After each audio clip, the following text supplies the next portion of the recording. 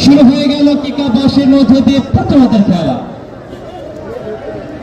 সেতে বল পেয়ে যায় অস্থির সজীব, জার্সি নাম্বার 9 সেতে দিশা বাড়িয়েছেন।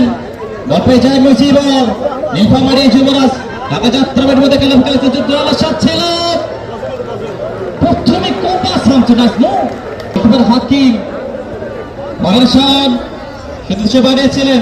ইতিমধ্যে বাকির মাথা আবার আসে রাশেদ কি কাভার দেখেন চলে আসে বাড়িয়েছেন মাইনাস করে বল ফাংশন অথচ মাঝমাঠ থেকে বেরিয়েছেন প্রান্ত বদলকে শাইনের উদ্দেশ্যে। সেখান থেকে আপনার চেপাতায় আক্রমণ চলে আসছিল।